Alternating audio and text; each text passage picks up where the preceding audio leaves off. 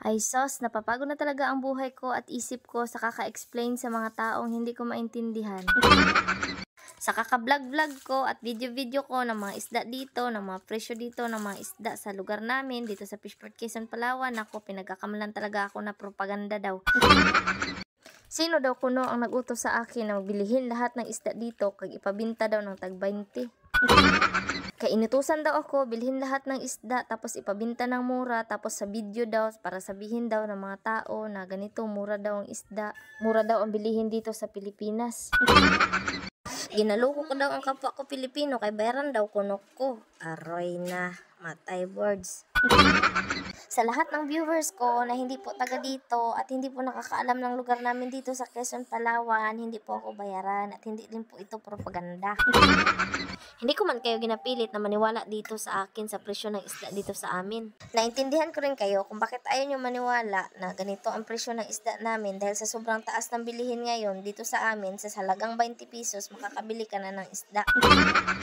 Kaysa ibang lugar talaga, mahal talagang isda pero dito sa amin makakabili ka kung may 20 pesos ka. Kung sa lugar nyo, ang 20 pesos nyo ay katumbas ng kornito, dito ang 20 pesos nyo may galunggong ka na. Ngayon lang man to nagmura ang isda dito kaya nakikita nyo naman sa mga video ko kagaya niyan naghahakot pa sila ng mga isda. Nakailang balik na yan sila dito sa kakahakot ng isda papunta dito sa Fishport. Ang ibig sabihin yan ay marami silang huli. Kaya kung wala silang huli, wala din silang hahakutin, mingaw din ang Fishport. Ngayon kay marami silang huli kaya mura ang isda. Ganito talaga dito sa lugar namin kapag maraming isda at season ng mga galunggong, gatambak talaga ang isda.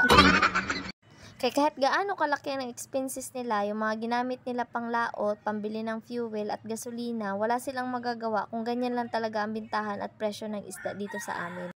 Dahil sa sobrang dami ng huli ngayon at marami ding isda talaga sa palengke, kapag binintayan nila ng mahal, walang bibili sa kanila kasi yung mga tao maghahanap talaga ng murang isda. At yung ibang taga rito naman talaga sa amin ay nananawa na rin sa isda. Ngayon lang ito mura kasi season ng isda. Pero kapag inabutan naman kami ng bagyo at natapos na ang season ng isda, taghirap na naman sa isda, naku, mahal din ang isda dito.